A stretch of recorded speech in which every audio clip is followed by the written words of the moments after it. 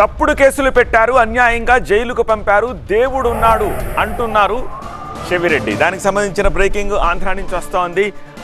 Vijayawada jail దగ్గర హల్చల్ చేశారు చెవిరెడ్డి భాస్కర్ రెడ్డి. మరోవైపు లిక్కర్ కేసులో చెవిరెడ్డి భాస్కర్ రెడ్డిని ప్రశ్నించింది సిట్. వెంకటేష్ నాయుడుతో కలిపి ఆయనను విచారించింది. లిక్కర్ స్కామ్లో ఆయన పాత్రపై ఆరా తీసింది. ఏపీ లిక్కర్ స్కామ్ కేసులో విచారణ కొనసాగుతోంది. చెవిరెడ్డి భాస్కర్ రెడ్డిని వెంకటేష్ నాయుడును కస్టడీలోకి తీసుకున్నారు.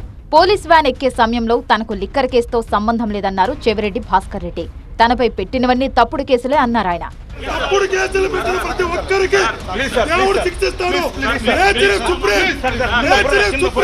తొలి రోజు చెవిరెడ్డి భాస్కర్ రెడ్డి వెంకటేష్ నాయుడుపై ప్రశ్నల వర్షం కురిపించారు సిట్ అధికారులు.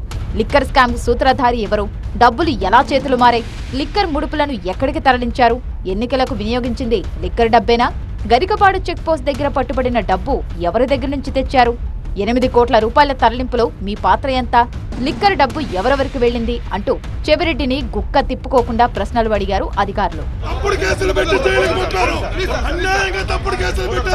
మరో 2 రోజులు చెవిరెడ్డిని విచారించనున్నారు సిట్ అధికారులు. లిక్కర్ కేసులో చెవిరెడ్డికి వరుస షాక్లు తగులుతున్నాయి. ఓవైపు కోర్టు కస్టడీకి ఇచ్చింది, మరోవైపు తన అనుచరులు, సిబ్బంది వరుసగా అరెస్ట్ అవుతున్నారు. చెవిరెడ్డి తనయుడు మోహిత్ రెడ్డికి ముందస్తు బెయిల్ పిటిషన్ను కోర్టు కొట్టేసింది. ఇంకోవైపు చెవిరెడ్డి కుమారుడి కోసం పోలీసులు గాలిస్తున్నారు.